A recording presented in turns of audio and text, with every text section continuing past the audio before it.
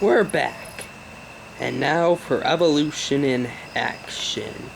First up, how fish became amphibians. First off, 385 million years ago is Eutrepidon.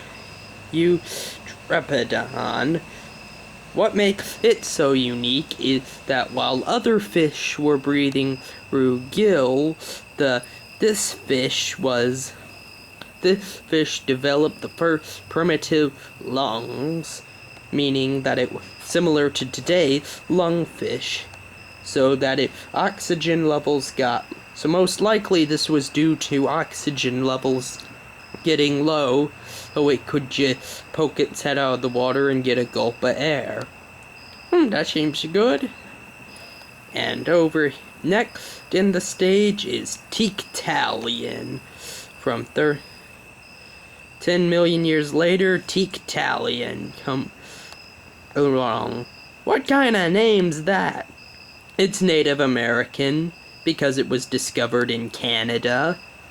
Now we see that its head becomes more amphibian in shape, and it starts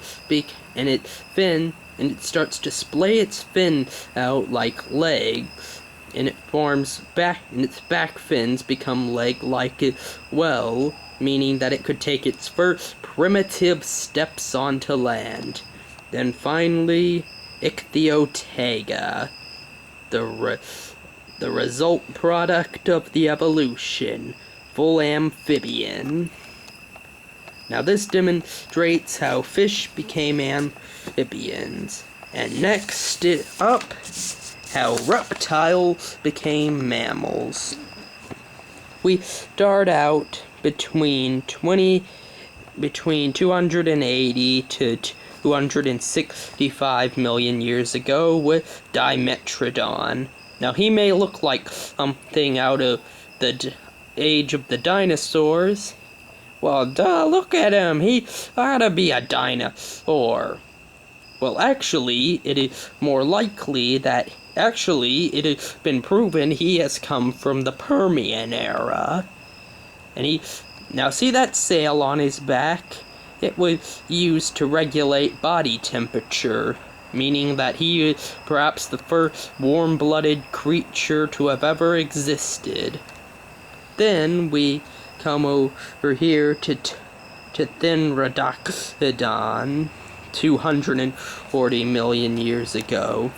It's a reptile, but it's got fur in its developing mammary gland, so it's a reptile on its way to becoming a mammal.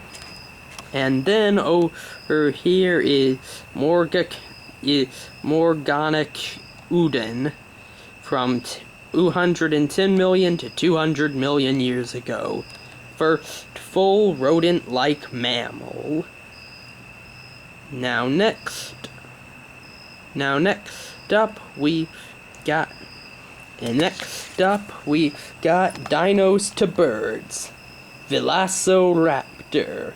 After examining 83 million years ago, after examining its bones, scientists have been able to determine that it did indeed have feathers, showing that it was one of the first dinosaurs to become feathered and take its first steps towards becoming a bird. Next in the stage, though not a direct ancestor, but pretty darn close, Archaeopteryx. Now note that it occurred millions of years before Velociraptor. This means that the process did not go Velociraptor and then Archaeopteryx, but we're just using Velociraptor as an example of a theropod dinosaur that then could have become a semi-bird like Archaeopteryx. And then, after Archaeopteryx becomes Ionoris, one of the first birds that occurred between 120 million to 110 million years ago. Next, we've got we got the whales. We start off 52 million years ago with Parkiceras. It started off rodent, but it began to take its first steps towards an aquatic life, which led to Ambuloceta, a semi-aquatic mammalian creature that began to swim in the typical up and down motion of a whale. Then finally, Basilosaurus. It may look like a whale on diet pills, and as a result, when it was first discovered, it was thought to be a sea serpent, but it is actually the direct descendant of Ambulocetus, and a result of how rodent-like mammals became whales. Now we're gonna to switch a new disc before we can go on, because